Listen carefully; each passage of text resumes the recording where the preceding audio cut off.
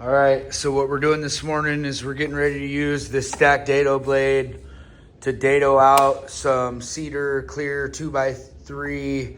We're gonna do a 3/4 inch groove to receive some hog panels.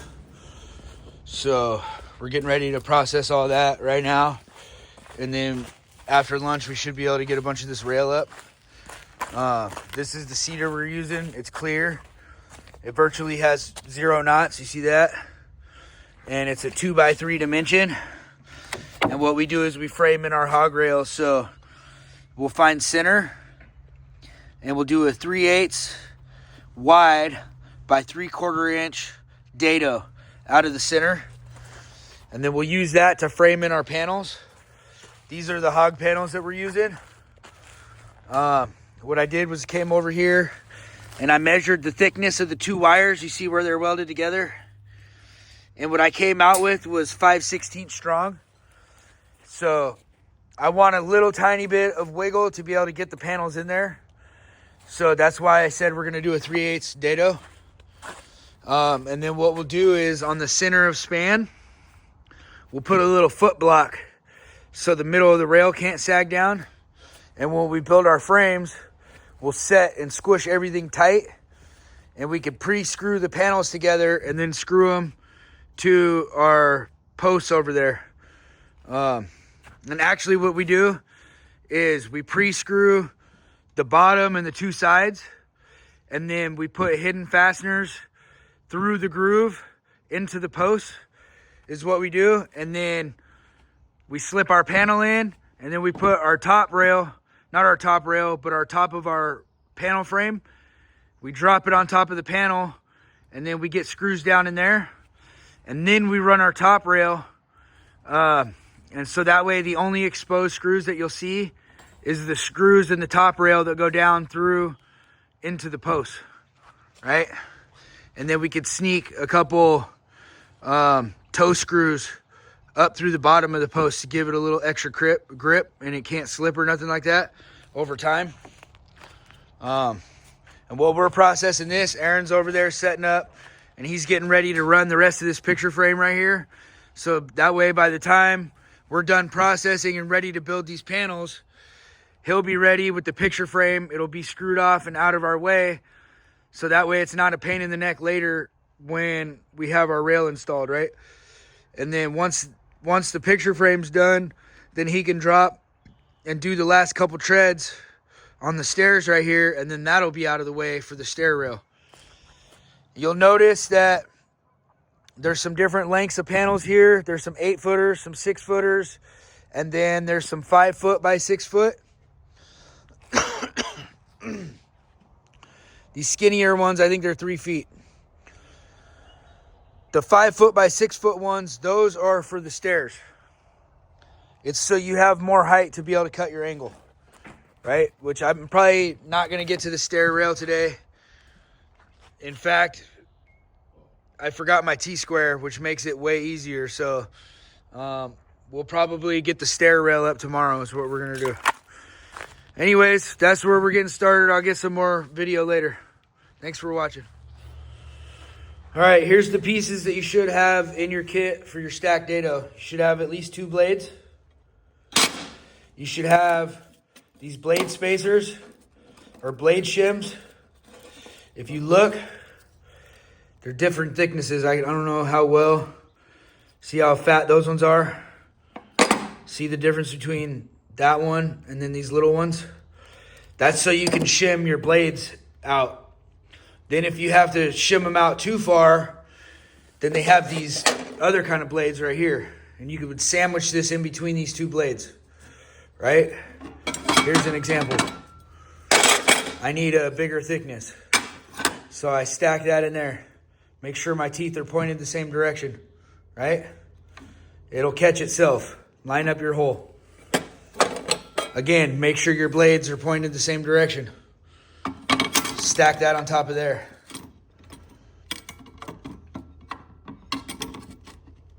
Right? Now you got 3 blades thick. Say you needed just a little bit more.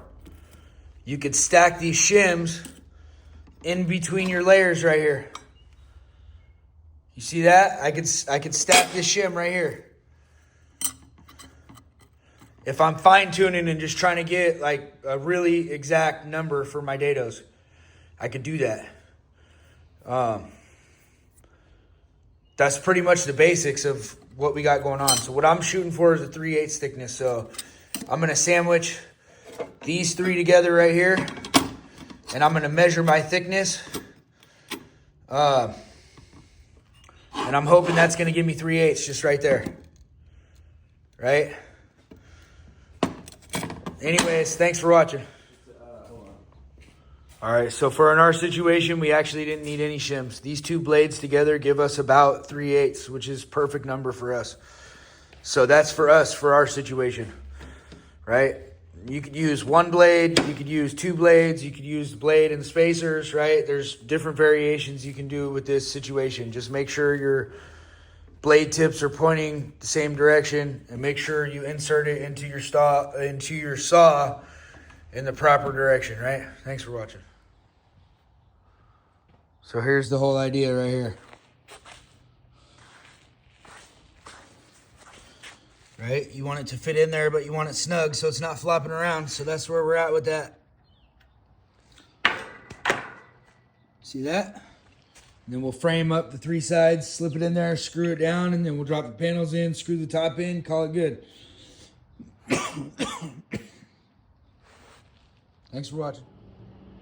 Alrighty, so here's three sides of the frame put up. And I didn't want to cut the panels horizontally, right? So I mapped everything out with my post heights and everything based off of, one, how much room I had left to trim off the post, which wasn't very much. I was only able to trim like a 1/4 inch. And then based off the panel heights, which the actual panel heights are 36 and 5/16. So then I had to account for that in my groove. So if I was to slide a panel in here right now, it would be sticking up to this mark right here, which is about 3/4 of an inch above that. And then my top rail will squash right on top of that. Sorry, the top of my frame rail will sit down, squash down onto that, and it'll come up flush here, and then we'll run top rail above that, right? Which we're using 2x6 cedar decking, I guess, is what's over there.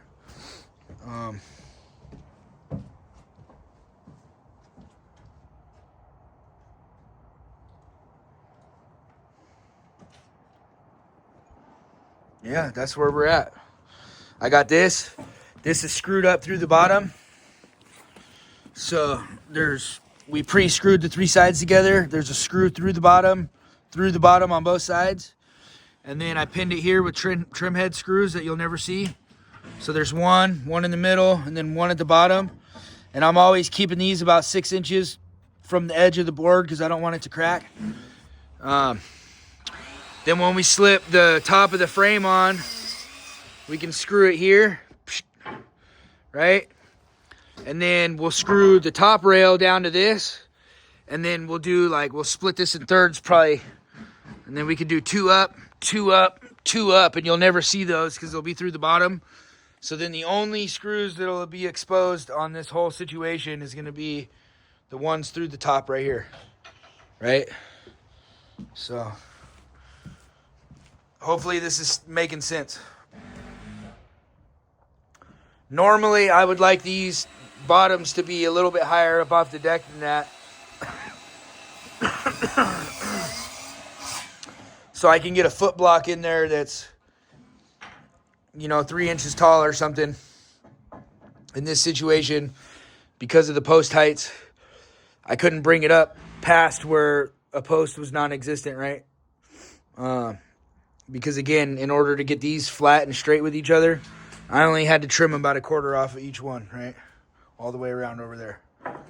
So that's where we're at. Stay tuned, and I'll get some more video. So we like to start to get to this point where we have 3 sides up, bottom sides, right? Over here, these ones are just sitting in here for now. We still have to finish a little bit on the stairs. We're going to do that first thing in the morning. But we're just pre-cutting all the pieces right now. So Phil's over here prepping the side pieces. He's already got the bottoms cut. We already got our top of our frame mapped out. That's how we got all our measurements here. And all we did down here was ran a stick long and traced the post. That's how we found the bottom, because that's where the inspector's gonna measure from. He's gonna measure from the nosing straight up to the top of the rail. And that has to be within 34 to 38 inches. Technically, because this one's gonna get a handrail anyways, it's the handrail that would have to be in that, but we go ahead and set this at the same number, which is totally fine. Over here, your minimum's 36 inches. What we ended up with is like 40 3/4, and that's just because of the height of the panels and not wanting to have to cut all the panels. It makes way more work. The stair panels you have to cut no matter what, because you got to cut the angles into them. Over here, we just have to cut the width, so that's way easier. Did I not leave the piece for the bottom there? We like to get all the way around. So then first thing in the morning, somebody can be cutting these side pieces that are going to be trapped, because that's really the only thing that's going to get trapped by this bottom rail right here. It's going to be our side pieces that go right here. Right? It'd be hard to get screw gun up under here, so that's why these are just loose for now. Like I said, we're just prepping all our pieces because we're trying to downsize tools at this job site.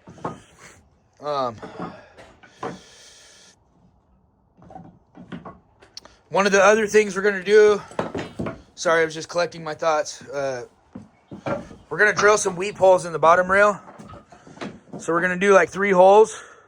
And that's just so any water that catches in there is going to have a way to come out. So it's not just sitting there and rotting the wood out. Even though this is cedar and it would still last longer than other wood, we still want to give it a little bit extra lifetime, right? So that's what we're doing. And then we're not worried about any gaps on our decking right here, because that's going to get base wrap. So we did a 45 chamfer on this 1x2 cedar, and that's going to be our base wrap. That's why we're not worried about any gaps there.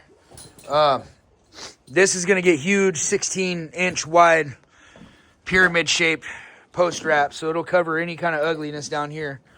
Like that gnarly gap, that's why we weren't worried about that at all. But as you can see, we've made it all the way to this corner. So, first thing in the morning, we're cutting panels and we're jamming.